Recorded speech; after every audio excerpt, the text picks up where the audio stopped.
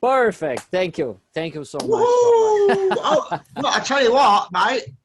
After doing about 50 interviews using that's the first time that I've learned how to do that. So I'm recording it, and you're recording it as well. Yeah. What, how did you do with the previous interviews? Well, what I always used to do is I couldn't work this out. No one actually showed me how to do it. Well done, thank you very much. So I always used to record it from my end, and then save it afterwards, and then send it to the people by WeTransfer, which was fine. You know, wasn't a problem, but it was just an extra layer of hassle, really. So this is a lot easier. This is a lot easier. Well, you've got a little red light as well, glowing by your name now. Yeah. Amazing. So there we go. So we are recording. So don't say fuck or bugger. Cool. That's nice. So yeah, I'm drinking a beer. Yeah, so. I'm drinking a coffee. Now, I'm in the middle of my. You're in the middle. Are you about 3 o'clock? Are you in the afternoon? Are you? Here it's 2 o'clock.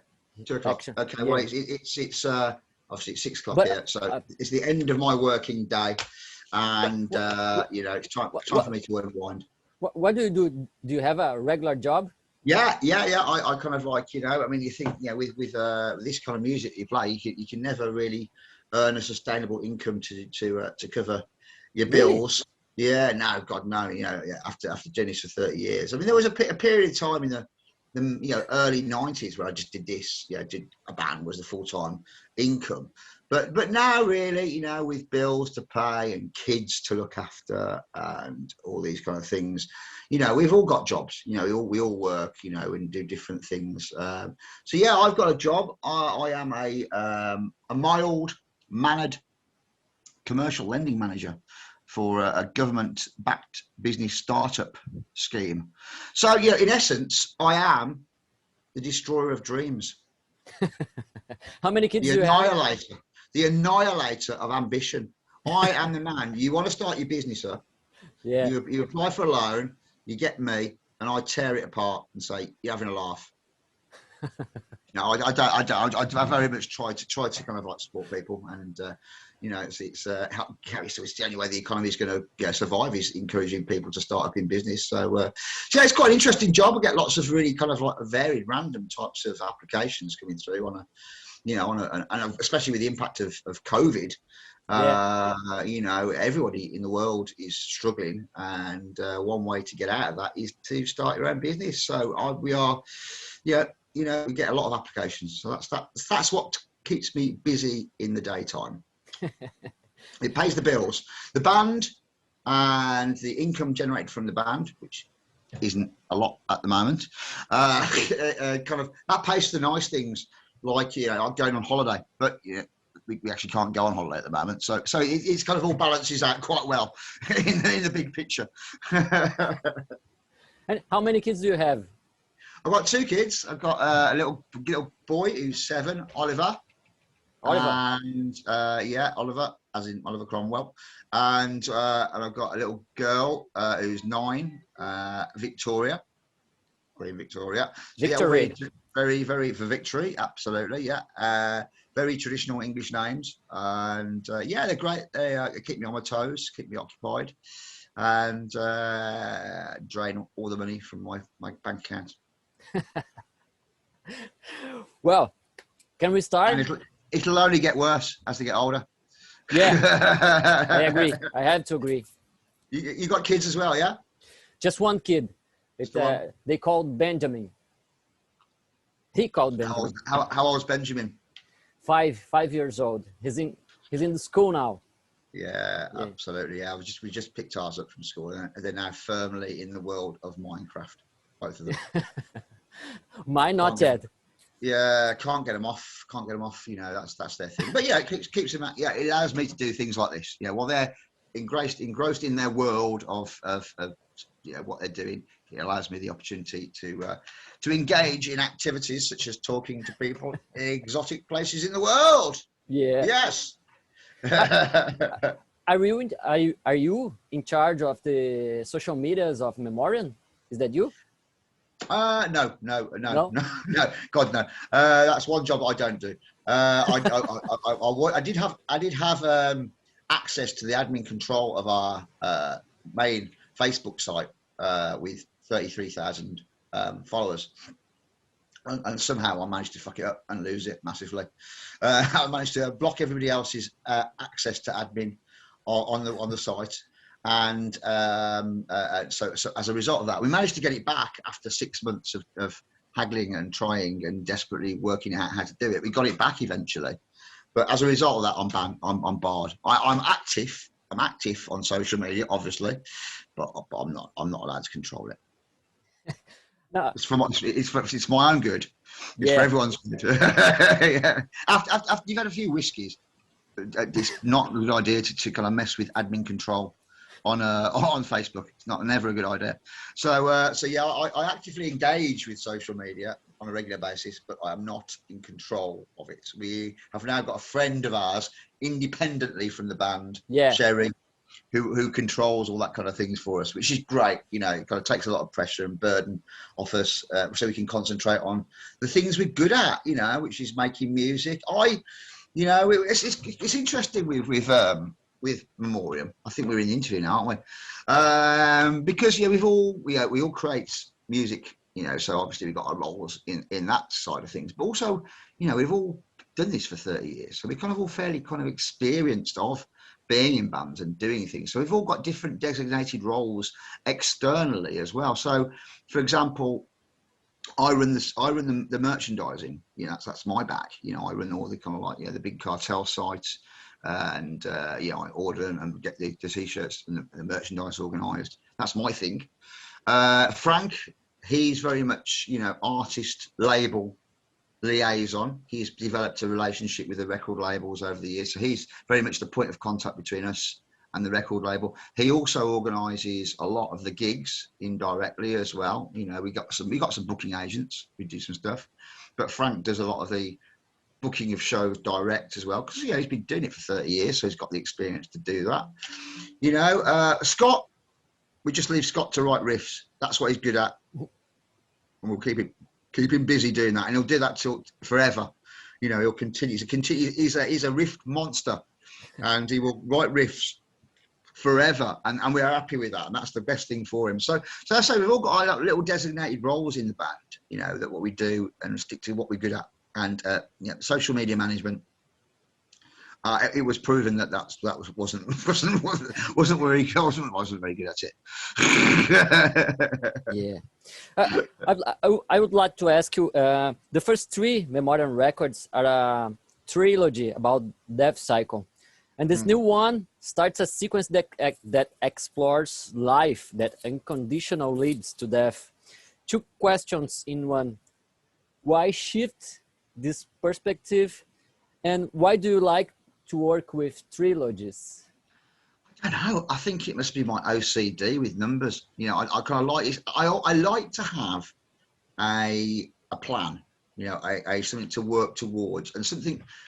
It's very much the storyteller that's in me as well. You know, lyrically wise. You know, obviously the songs are, you know, about very various different things, but it's very nice to have a continuous thread that rolls throughout the topics of what we're doing, you know, what we're trying to achieve, and that worked really well with the first 3 albums. I say those first 3 albums were born, you know, from a pretty dark place, really. There are, you know, our debut album, 1, 2, and 3. They kind of, it was the early evolution of the band, and you know, they were kind of off the back of, you know, the devastating experience of losing Martin Kitty Kearns, the former drummer of Bolt Thrower. So that was heavily the influence of specifically the first album, and which rolled through the first 3 albums. That's why we called that the death cycle. And yeah, as I say, the main central focus visually on the artwork was a coffin. You know, that was the main thing. And you know, we got to the end. We told the story with that. You know, it was like, you know, the first one was parading the coffee across this ravaged battleground just after the fallen leader had kind of like passed away.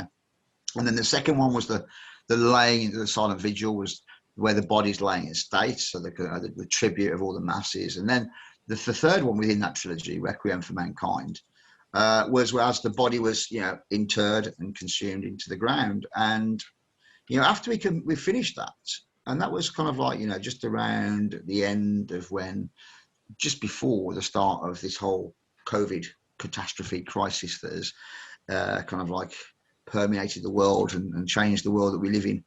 That was kind of like the end of that. And I was thinking, well, where do I go with this story? Do we just forget it and just release normal albums? But I did like the concept of having a trilogy. Artistically, the artwork fitted really, really nice together and flowed as a picture and as a theme, and it worked really well.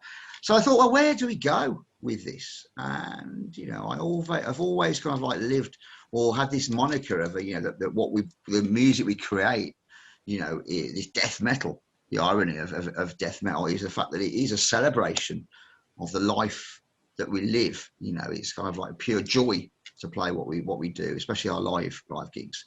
So that's what really kind of led us on to this new idea, this new concept to develop a new trilogy of albums, which, and I think when I was writing the lyrics, it was very much inspired by the world that was going around us. We were in a very dark place with COVID, but we were kind of like, there was almost a sense of, okay, this is happening to the world right now, but it won't last forever. There is going to be a kind of light at the end of the tunnel. And the experience that we've all had globally, communally, will pull us together, and kind of make the world a better place in many respects. I'd like to think so. So there's a large element of, rather than misery and despair and sorrow, there's a lot of hope and joy and looking forward to the future with this one. And here I am in Don Seagrave's dystopian world.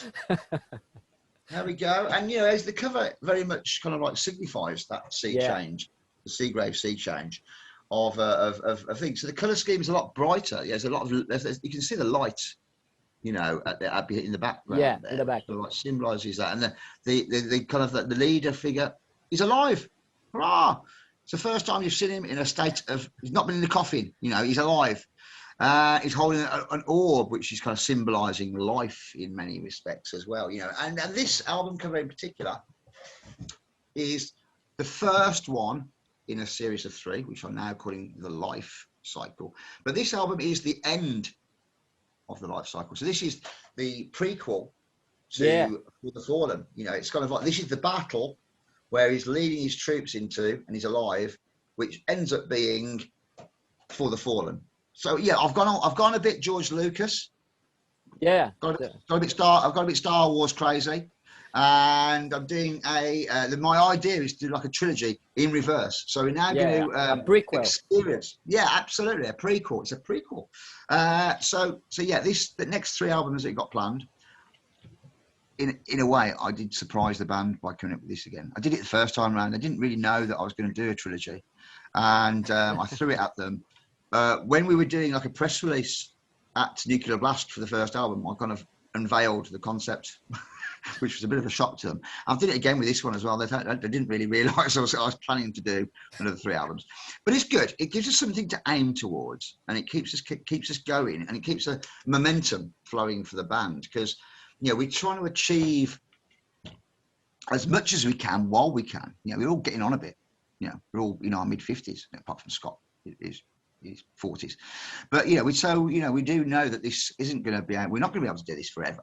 There's going to come a point in our lives where we haven't got the mental or the physical capability to carry on doing it. I can't see us really kind of going stumbling on stage with Zimmer frames and unless we become the Rolling Stones of death metal, which is you never know. So this is going to keep the continuity flowing, which has been for the 3 and for this 3. And gives us something to aim towards for the next 2 albums, which should keep us occupied for at least another 2 to 3 years. By at which point we'll probably be at a point where we've had enough, and we'll probably want to need to retire by that stage. So, and then we can just live off the laurels of what we've achieved over the past 10 years, and just not release anything more, and just tour or do shows, from the 6 albums that we released. So it's all good. It's all good, and you know, it's nice to know that there is room for manoeuvre. So the next album, we're already writing that. You know, we're not resting on our laurels. We're moving forward at a voracious pace. We've already got 4 or 5 songs roughly mapped out for the next album, which we intend to maybe record at some point next year. You know, for maybe end of the next year release. Who knows? We'll see how it works out with schedules, because it's all getting a bit packed at the moment. You know, I think there's lots and lots of bands recording material because there's not a lot else to do. You know, we can't go out there and do shows. So there's lots of bands recording at the moment and doing some killer albums being released as well. But as a result of that, there's a big, massive queue at the pressing plants. So, you know, we'll see how it pans out. But we do intend to record the next album, you know, at some point next year, early next year, hopefully. And so we're using up our time, you know, in a positive way. You know, we've been knocked by COVID. We haven't done any live shows since March 2020, you know. So we've used the time to our advantage to create new music, you know, and that's been a great experience to have that time to focus entirely on writing an albums. To work it's great. Songs. Yeah, because normally speaking, you know, when you do an album, it kind of, you know, it's there, it's always going to happen, but it always takes a bit of a backseat because you're doing shows. You know, we don't tour. We're not a touring band, but we do shows. I said do. We do shows, you know, virtually every other weekend throughout the year. So, you know, every other weekend we'll be off on a plane doing shows, always usually in Europe somewhere. And that's what keeps us busy. That's what keeps us occupied. And we're always rehearsing for shows, doing the shows. So, you know, doing an album pretty much takes a bit of a backseat until, you know, we're at a point where we're thinking, shit, we're going to be recording this in a few weeks' time. Let's concentrate and do it.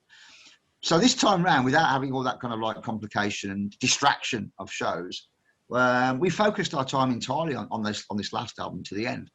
And I think that's kind of pretty much made it the album that it is. You know, it does stand out as being, you know, kind of like, it's very different from the other albums done previously. You know, I think it's a lot more diverse in the sounds and structures and tones and textures that feature on the album, which makes it what it is. Of course, there's a new drummer, which makes it different. You know, we're on a new label, which there's a different energy applied to the promotion of it. And, you know, we had all this time to kind of focus and write these songs, you know, rather than kind of like leaving it to the last minute. Vocally, in particular, lyric-wise, you know, I had, like, as opposed to having 6 weeks to write the lyrics in, I had 6 months to write the lyrics in, which made 10 a times huge. more. Yeah, it gave me a chance to write them, rewrite them, change them. I got a chance to demo them as well, which is something I've never had the opportunity to do in, you know, 30 odd years of working in this extreme music metal scene. You know, I've never had the chance to demo. It's always, you know, you get what you get in the studio, then that's it, you know. But this time around, I had a chance to demo, so I could test out things and ideas to see if it worked or not. Some did, some didn't. But it gave me the opportunity to do that. You know, so we were in a much more prepared and relaxed state of mind when we went into the studio to record, because we knew exactly what we wanted to achieve this time around. And I think we're going to try and, you know, that to gives a certain confidence. yeah, absolutely. We're going to try and take that forward into the next album as well, because we're still in a position where we don't know what's happening gig-wise. We've got some UK shows lined up, you know, which we can do because they're within the constraints of our own little border, our lonely little Brexit-ridden island, which no one likes anymore. So we can do shows here in the UK, but there's all sorts of imposed travel restrictions in place, and it's constantly changing due to the nature of the COVID beast that it is. So we're just kind of like focusing on doing these UK shows. We've got about 5 or 6 lined up between August and December, you know, which will keep us busy. And in between that, we're going to concentrate on focusing on writing the new album as well. So hopefully in the new year, we'll be in a position to maybe schedule that into the studio and record it. So yeah, it's exciting times. We're having a good time doing it. We're enjoying it. Yeah, probably to a certain extent, I'm enjoying it now at this point in my life more than I've ever had, you know, because I think I appreciate it for what it is a lot more. You know, I think experience and age makes that happen. Really, you do appreciate what's happening a bit more because you know what it's taken to achieve that. So yeah, Yeah. we're having a good time. We're enjoying it. I'll let you ask. I'll actually let you ask some questions now. No, I tell you what, mate. I can't help myself. I always do this. I always kind of like someone asks me a question and then I'll talk for about half an hour. okay. I'll totally obliterate your question list No, by answering everything in one go. I can't help myself. It's the way I roll. as you talk about lyrics, you are known for the singer of wars, the one who explores very well the battles, the blood on the ground, and of course, within this theme are other topics that reflects other topics like greed, social issues, mindset. But at least to me, since Memoriam started, you seem to be more comfortable to explore other subjects. And now on this record, I guess it's more clear than ever. Yeah. Is that correct? Absolutely. I think that comes with age and experience again. I mean, my whole career, over the past 30 years with my former band, Bolt Thrower, we were very, the lyrics were always focused. The central focus of all the lyrics were based on the topic of war, as you pointed out. Obviously open to interpretation. They were written in a very kind of like open kind of way for people to interpret them, and war could be life in general, and that's how I kind of often viewed it when I was writing the lyrics. The constant struggle of existence, as it is in mankind. But yeah, as the constant theme was always, it had to be war. That's what Bolt Thrower were about. That's what the band were known for, and it was great and it worked. But ultimately, it was also quite constricting, and it didn't really allow me to kind of like grow or develop or try out different things. And that's the beauty of what I'm doing with Memoriam, is now that we're a different entity. There are some similarities there. The comparisons will always be there. It's my voice at the end of the day, which there's always going to have that kind of, but we're trying to do something different with Memoriam, and we're trying to we've always constantly been trying to step out of those shadows of the former band and kind of form our own sense of identity and what we're doing. And it's been a bit of a struggle to do that, to be brutally honest. And we still get those comparisons, and I accept that. Without doing that and what I've been involved with in the past, I wouldn't be in this position to be doing what I'm doing today. And the reverence that Bolt Thrower has in people's minds and hearts is incredible. I'll never decry or deny my heritage. It's made me who I am and what I am. So I'm very proud of what I've achieved in the past. But it is the past. It's firmly the past. Now we're looking to what's happening now in the future. Sometimes I find it a bit annoying, people that don't accept what I'm kind of trying to do now, and just get over it. Sometimes I just think, just overcome that. Shake them. Come on, get over it. It's dead. Move on. I have. I had to.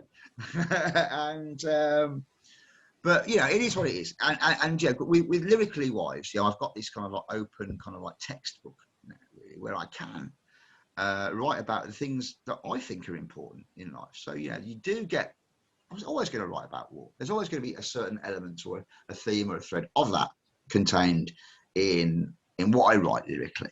I can do it in my sleep. I've done it 30 years. I think that's almost like my comfort zone, and that's what I usually start with when I'm writing lyrics. And then I break out of that, and I can inject things. I think the themes that I write about roughly break down to three kind of like areas. So obviously you've got the war lyrics. There's always going to be one or two sets of lyrics which are based around that. New album, there's obviously onwards into battle. That's very much this war is won. There's lots of songs that have got that kind of connection to war. But also, I've got this ability and this platform for what I'm doing to kind of like kind of sing about things or make lyrics about the things that I think are important about the world that we live in today. You know, I think if I didn't do that, if I kind of like buried my head in the sand and ignored all the bullshit that's going on in the world around us, and the things that are happening, which I feel are, you know, challenging, dangerous, and worthy to mention, then you know, I'll be doing myself a big injustice. And it's my position as a lyricist and a kind of vocalist to stand on my soapbox and pontificate about the things that I think are important. So yeah, there's a huge amount of social, cultural, political comment in the lyrics that I write these days. You know, yeah, it's quite clear where I'm coming from, I think, in my social, political viewpoint. You know, I'm very staunchly, you know, left wing, very staunchly anti-fascist. And I'm very proud of that. You know, I'm a big supporter of all kind of like stance against racism and sexism and bigotry. And yeah, the rise of right wing ideology across the planet is a frightening thing to behold. It's not just a local kind of, you know, small thing. It exists in every country within the planet, you know, and it's alarming. It's getting bigger. That's the problem. Absolutely, and it's stoked. Governments around the world are taking place, doing this shit.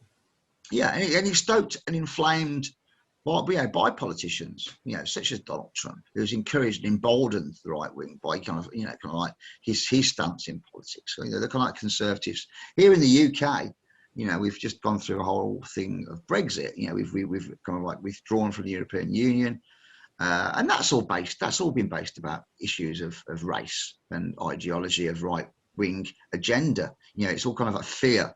It's all based on fear of other people, fear of foreign people and what they're going to bring to the country, and destroying the British identity, and you know, and it's bullshit, you know. And you know, I live by the moniker that, you know, the world is a much brighter and exciting place to live in, with difference, you know, and accepting people for who they are and the difference that they've got and what they bring to your culture, you know. So you know, I come from a completely opposite polemic to this right-wing ideology. So that is a massive part of the lyrical content that I enjoy writing about. Yeah, I'll get knocked down in flames off people that don't, you know, I don't expect to change people's minds, but I like to kind of like align myself with that ideology and show people that is where I'm coming from.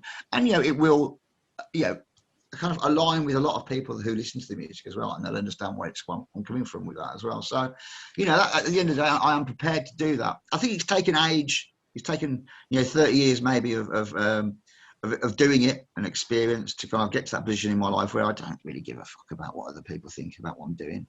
You know, I'm just doing it for me. I enjoy what I'm prepared to put myself on the parapet, you know, and prepared to kind of like, you know, take the shots. You know, I'm big enough, old enough, and I'm big enough to deal with it. So, you know, and, you know, if it kind of like puts a few right-wing Nazis' noses out of joint, so be it. And do you think that vision you have has something to do with being related with art, with music specifically, but art, I guess art kinds of opens up minds and gives you some other vision. You also traveling around the world and see other cultures. Do you think your vision has to do with that? Yeah, absolutely. I think that there's several factors involved with where, you know, why that mindset has developed from. You know, first of all, it's very much deep rooted in my musical heritage. You know, I was very much kind of a product, or, you know, my ideology was formed through the anarcho-crust punk scene here in the UK, you know, back in the late 80s. So, you know, Anti-Sect, Amoebic, Sax Grinder, all these Deviating Instinct, all these bands that used to kind of tour and play at the legendary Mermaid, where, you know, it was just down the road from where I live. Yeah, and that's kind of a Crass, you know, Discharge, all these kind of like huge kind of like anarcho kind of bands, which had a political kind of content or anti-political content to what they were doing, and that's really what kind of laid the seed of that, and that's always been there within my mind and within my heart, you know. But also adding on to that, you know, when I left Baltlow in 94, 95, I went to university as well. I went to Birmingham University, and I studied a degree in cultural studies, which was, you know, that's cool. It was, I didn't know. Yeah, it was embracing. It was very much embracing kind of cultural theory. It was very much postmodern theory, classical contemporary social theory. Yeah, different cultures. I did a module on African culture. I did a kind of module on Russian culture. So you got to kind of get a sense of the world around you, and of course, you know, by engaging with the world around you, by going away with and doing gigs in countries, well, you kind of engage with those cultures as well, you know, going on holiday and having friends in Spain and wherever, you know. It just gives you a bigger picture about the world that you live in. And, you know, I do. You have to embrace culture, and difference is the key, you know. Well, it would be a very dull world to live in if we were all one homogenous mass and mindset with the same, you know, ideology. So, you know, it's great. Yeah, and I appreciate that. Yeah, so that's another large point of what I write about is politically motivated, you know, and I'm quite unashamed that I will fly my black and red flag in the wind and proclaim the Antifa message wherever I can. You know, not a terrorist organisation, just a kind of like a state of mind. Yeah, anti-fascism is there because fascism exists. It wouldn't be there if fascism didn't exist. It's just a mindset against fascism. You know, if you're not anti-fascist, That's a good point of view. If you're not anti-fascist, you're a fascist. Yeah, it's one thing or the other. You know what I mean? That's the thing. So that's the big thing. But yeah, for me, there's another layer of the lyrics that I write as well, which are all based upon life and experience as well. So, you know, I'm particularly drawing reference to, you know, songs such as My Heart Grows Cold. Yeah, and the last one on the new record. Yeah, which is probably my favourite song that I've kind of ever recorded to this point in time, because it's got such a big epic feel to it, and it's about life, you know. And I think, you know, because I'm 54, 5, something like that this year, I've got to that point in my life where I can draw on references from the experiences I've had over the past 30 years and write these songs, epic stories of life in general. And I think they have some kind of like resonance with the people that listen to them as well, because, you know, I'm this age, and a lot of people that listen to our music has kind of grown up as, you know, and they may be, you know, my age, but younger, whatever, but they've kind of grown up listening to what I've done over the years, and they've all kind of got these. We've all had our life experiences, haven't we? We've all gone through different, you know, joys and sorrows and things like that, and that's what makes us who we are as people. So I think the lyrics that I write about these general life experiences are the things that I get the most joy from, you know. And Each Step One Close to the Grave is another classic example of that as well. Again, a very slow, epic doom metal song, which is something I've never done before, which is great. Again, another example of what I can do in Memoriam is we can explore these different tones and textures and sounds, yeah, with to our desire, heart's desire, really. At the end of the day, we're doing it for ourselves. It's quite nice that the people kind of like what we're doing. That's a bit of a bonus, but at the end of the day, it's very egocentric. We're just doing it for ourselves. We're just having a good time doing it, and everything else is just a bit of a bonus added onto it at the end of the day. So one of my favorite lyrics on this new record is Mass Psychosis, which I have something to talk about, because you said that song is inspired by... That's the one. Killing Joke. The one. That is my Desert Island disc. Sorry, I didn't hear it. That is my Desert Island disc. Oh, yeah. Yeah. I have something curious to talk, because Killing Joke is a band that many people from extreme band mention as an influence. Why do you think that happens? Napalm do that. Sepultura, well, many bands, Paradise Lost, many bands. I think they're a very a musician's band, you know, in many respects, you know, as well as just being a great band. I think because of what they do, a lot of musicians revere what they do because they can see the depth and the levels and the continuity that they've created over the past 34 years or what they've been doing it. It's just a phenomenal rate of, and always on the button, always relevant. Always, yes. if you kind of like read the lyrics, even through the changing times, you know, of what they've done. Pandemonium was a very different kind of sounding, like almost like electronic techno edge to it.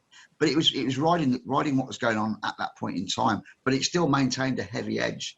Every album they do has a certain element to it, which is incredibly deep in its musical textures and tones. But for me, as a lyricist, as a writer, as a frontman, it's Jazz Carman. He's an absolute hero of mine, you know, and the lyrics that he comes up with are incredible. You know, they are just hit the nail and capture the moments, and they state how it should be and the world around us. And for me, he is my icon. You know, really, I think I'd turn into a ridiculous fanboy if I ever got to meet him. If I ever got to meet him, I'll be kind of like just dribbling in the corner probably. So, but yeah, I mean, phenomenal pace of what they've done. Every album, even if you can't listen back to it after 10 years, you know, it still bears relevance to what's going on in the world around us today. You know, it's such a clever band musically and lyrically, and you know, everything they do is gold, in my opinion. And that's other thing I thought that was interesting. And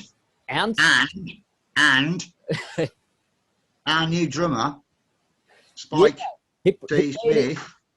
He played with he played with Killing Joke not only with Killing Joke, but with The Damned, English Dogs, Conflicts. He's played with Morrissey. Won't talk about that. But yeah, he's got his CV. He's rich in kind of like sacrilege. You know, obviously, you know, for me that's a massive tick. But yeah, the Killing Joke thing, and that's why we wrote that song, Mass Psychosis, because we thought we'd utilise that kind of like Killing Joke connection to its maximum extent, and that's what kind of created. We kind of let Spike say, well, you know, this is what we want to try and achieve. That's our idea. Go away, do what you do with the drums. And I never really heard it until I got to the studio after he'd put the drums down, and I was absolutely blown away with it because it is, you know, bang on exactly what we were trying to achieve, and encapsulate that feeling of art. It's a tribute to Killing Joke. And that's other thing that I thought that is interesting is that there's a song from Killing Joke called Psych. I guess it's on the B side of Warden's 7-inch. Absolutely. And the subject it's a little bit similar, and it's one of my favorite songs. That dance. It's got that repetitive edge to it, and that kind of like that hypnotic kind of feel to it, which kind of really works. Works well, yeah. I mean, it's classic because that song has really kind of like scattered opinion, because some people just don't get it. You know, think what is this? It is they have gone all in dust, especially the Germans. It's really confused a lot of Germans. Think, what are they doing? This is not metal. And that's great. And that's exactly what we're trying to do, really. The accent's very good. This is not metal. And it's really has kind of confused a lot of people. A lot of people say I hate it. It's the worst track off the album. But then on the other hand, a lot of people say they love it because they think it's the best album, the best track off the album. Yeah, and that's it's interesting. Absolutely. Because this new album has got so many different sounds and different songs with different feels to them that we put a bit of an opinion poll out there saying, okay, what's your favourite song off the new album?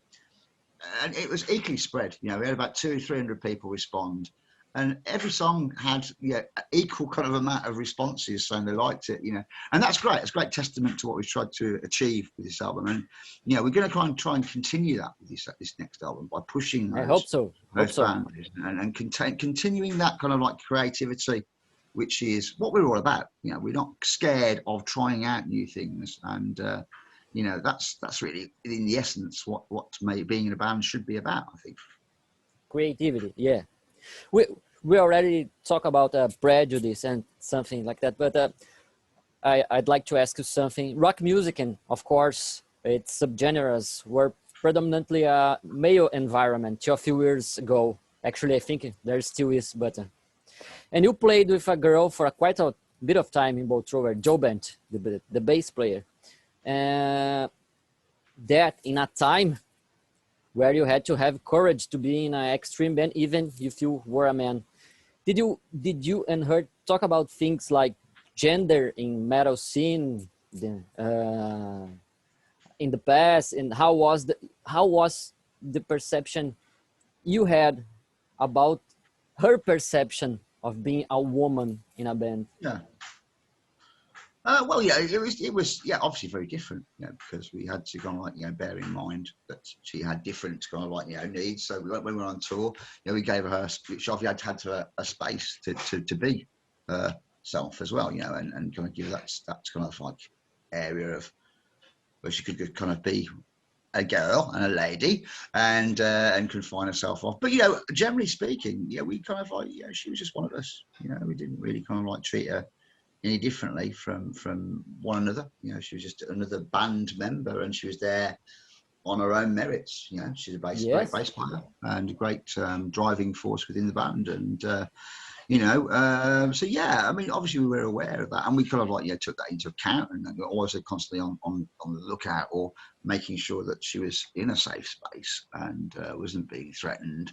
But generally speaking, I think that people were very respectful of that, and appreciated who she was and what she was doing. And I think it was great for her to be doing that as well, because it gave other women that kind of like that opportunity, thinking, well, if Joe's doing that, then perhaps I can do something like that as well. So maybe she acts as an inspiration for a whole different generation of girls to get involved in the scene as well, which is much needed. I say, is a very much a male dominated kind of like scene, and the more that ladies are involved in it, the better. It should be more equal and have their voice heard much louder than what it is right now, and not feel kind of like subjugated or kind of like oppressed. And that's really not extreme metal should be about. And I think she kind of like she kind of like was a spearhead and a kind of like an icon for a lot of people to kind of like question their own sense of sexuality and their kind of like their views on women as well. So I think she got a lot of respect for what she did.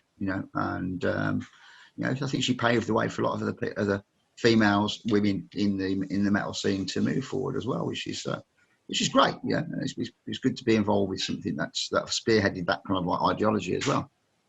And do you think metal is a safe place, a welcoming place to minorities like women, black people, gay people, and wherever? I'd like to think so. In my world, it is. And it always will be.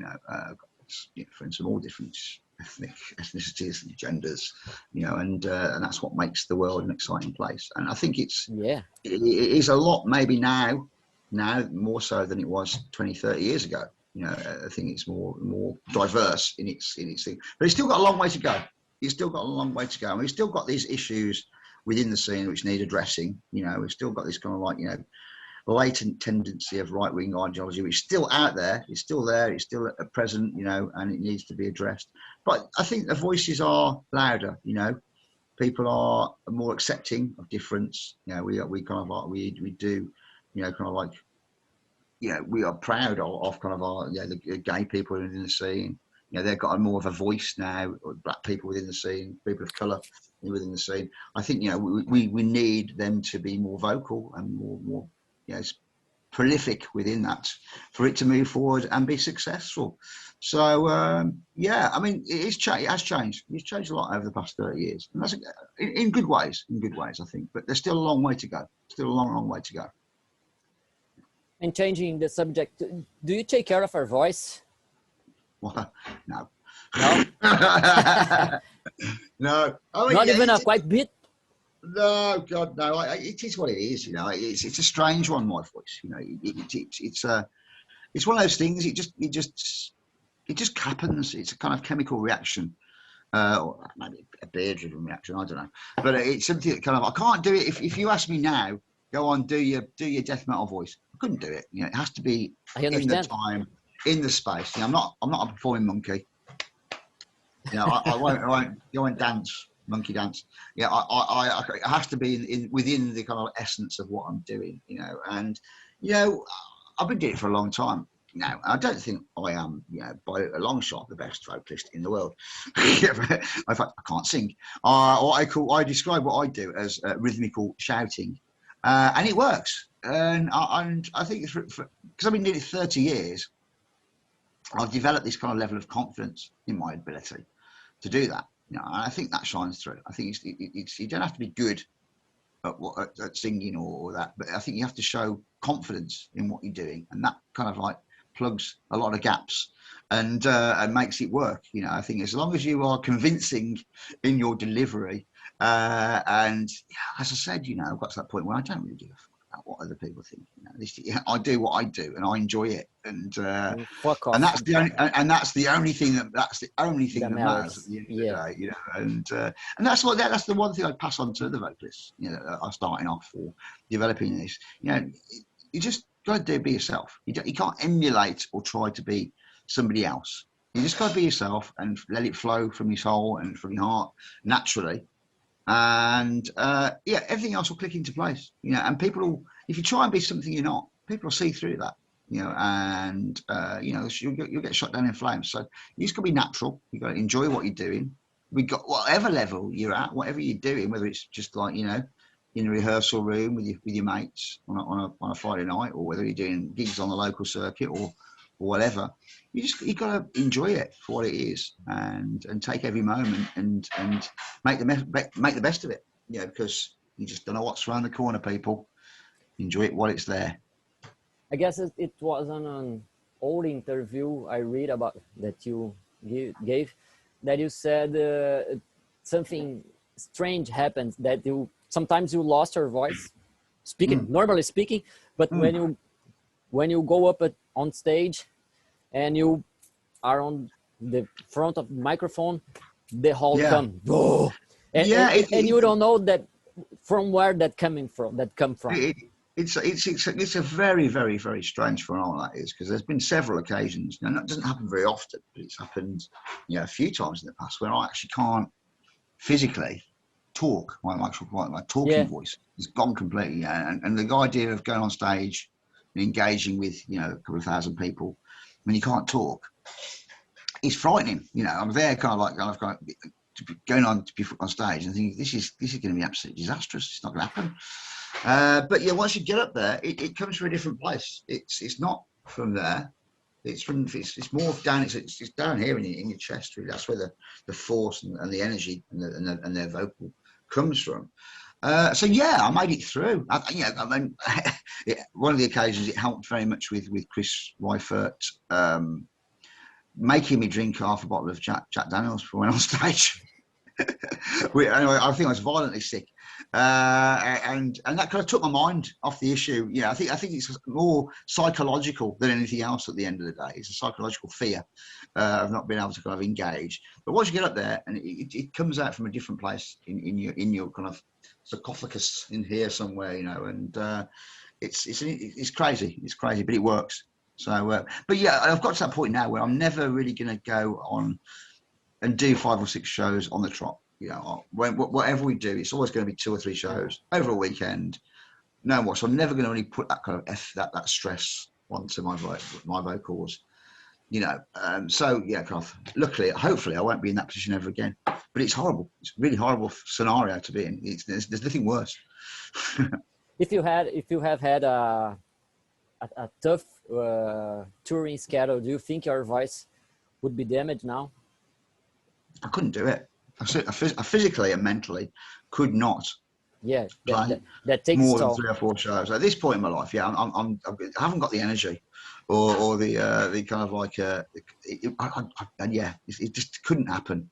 Yeah, 20, 30 years ago, yeah, when I was 21 or whatever, yeah, I had the energy and the enthusiasm to be able to do that. But yeah, it was still a challenge after doing 6 or 7 shows on the trot. It was very difficult to kind of like yeah, kind of like to on the throat. But now, moving on in life, 30 years down the road, impact of life in general, smoking, drinking, yeah, it's a very different animal to work with. Kind of, I've got different tools now to work with. So, I concentrate more on concise delivery. That's my thing now. I kind of, rather than the kind of guttural raw, I'm never even big up. My thing is to make sure that what I deliver is concise and clear and enunciated, Yeah, so people can hear what I'm saying. I find I spend a long time writing lyrics and formulating them, and that's what I enjoy doing. So I want people to actually understand the words, and hear what I'm saying, and so yeah, kind of like a guttural delivery style of vocals is something that I don't do. I won't ever do that. and I guess that intention to deliver, and it's clear on the new album. Again, not only yours, but all the band sounds so tight. It's confident, and yeah, I think that comes with playing together as a band as well. I think it takes 2 or 3 albums really. I think for a band to gel. yeah, Even though we've known each other for a long time, it takes a while to discover who we are as a band and get that identity flowing. I think we did that create a pretty chemistry. successfully on Requiem for Mankind. I think going to Parlour Studios and getting Russ Russell involved was the big step forward for us, because he works with us really well. He's like almost the silent fifth member of the band. He brings a lot to what we're doing, and it makes us feel a lot more confident in our ability in the studio as well, which really, really works. And that is what we're going to work to now. We're going to work to those strengths. And with this new album, we've stepped beyond that kind of like blueprint that we created with Requiem for Mankind. So To the End is an advancement on that. And we just want to build on that and build up on this and take it to to where it's going to go and see how far we can push the boundaries and maybe become the Rolling Stones of death metal.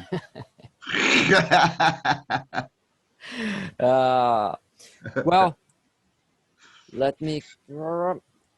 I like to take some song titles or even album titles and apply them alone on the context of life. And I'd like to ask you where the expression "no guts, no glory" works on a daily basis. Oh, absolutely. That is an anthem, isn't it? That is a moniker, a way of life, and yeah, it's been used by some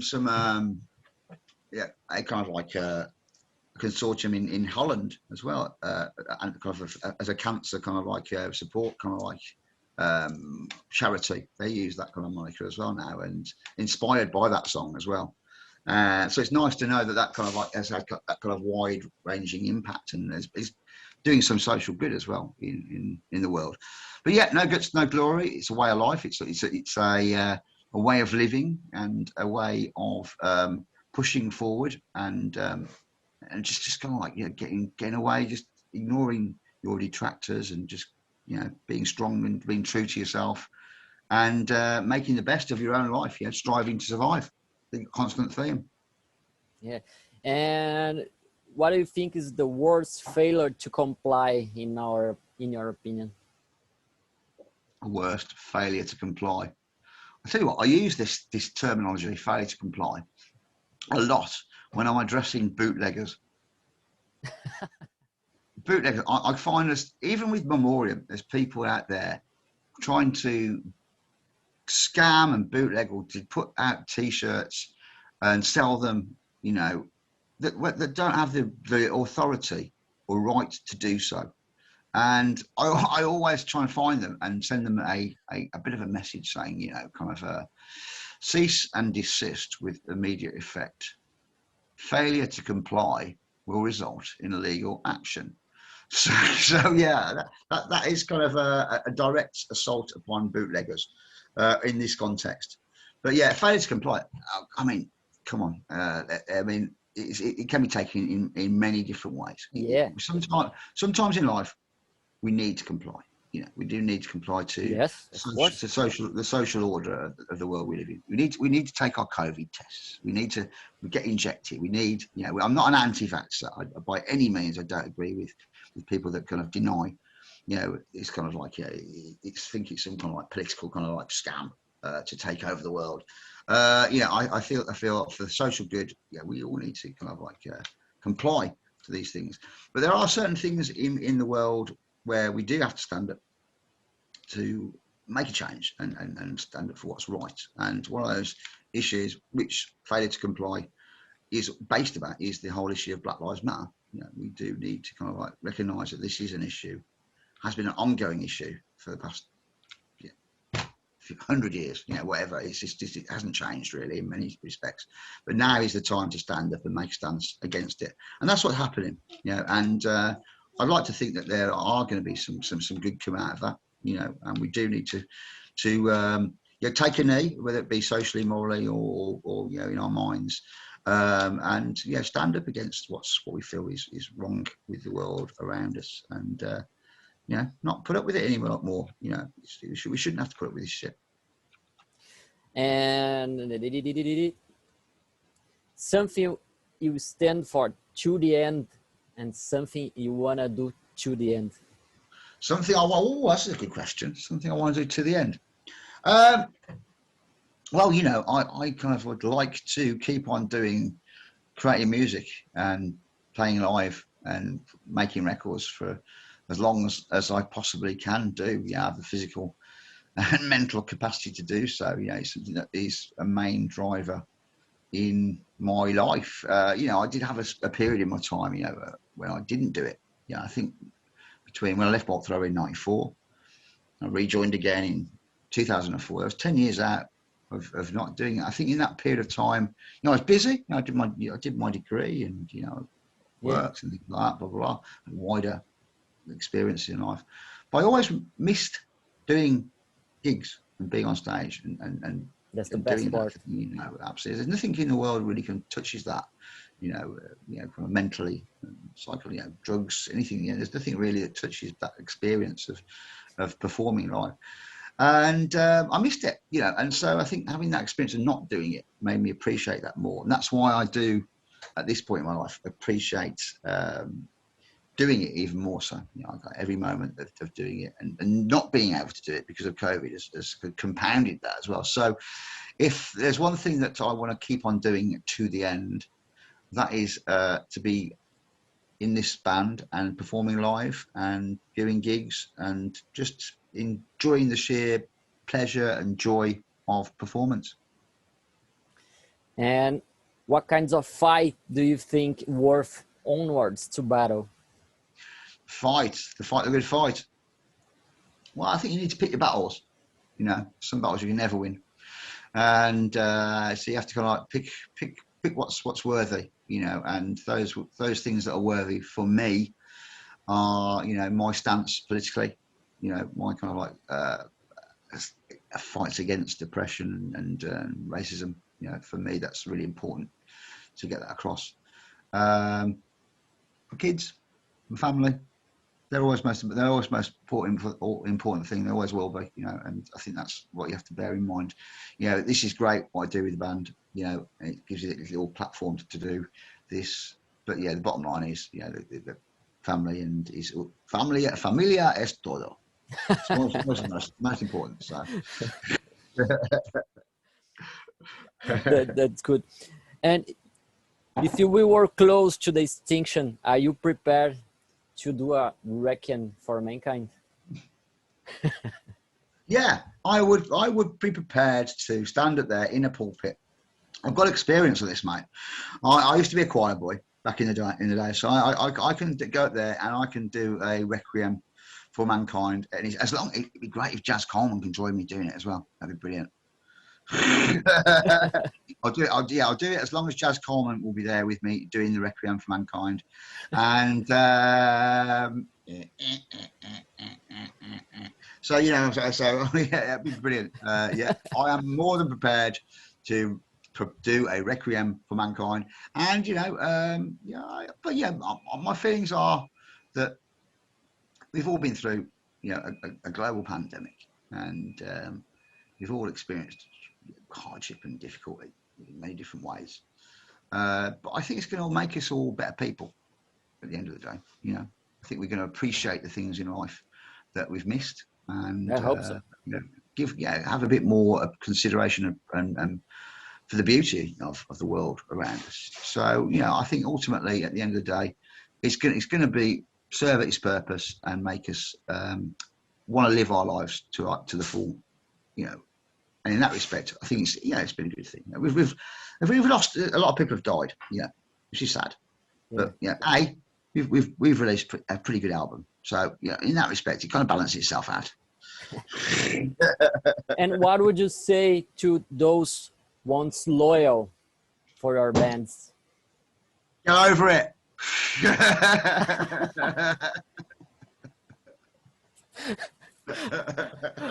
I don't know if that's good.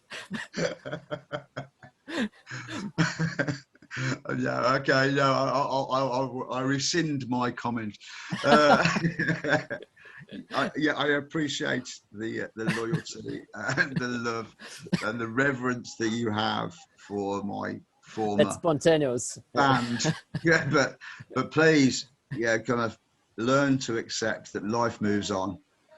Still stay strong.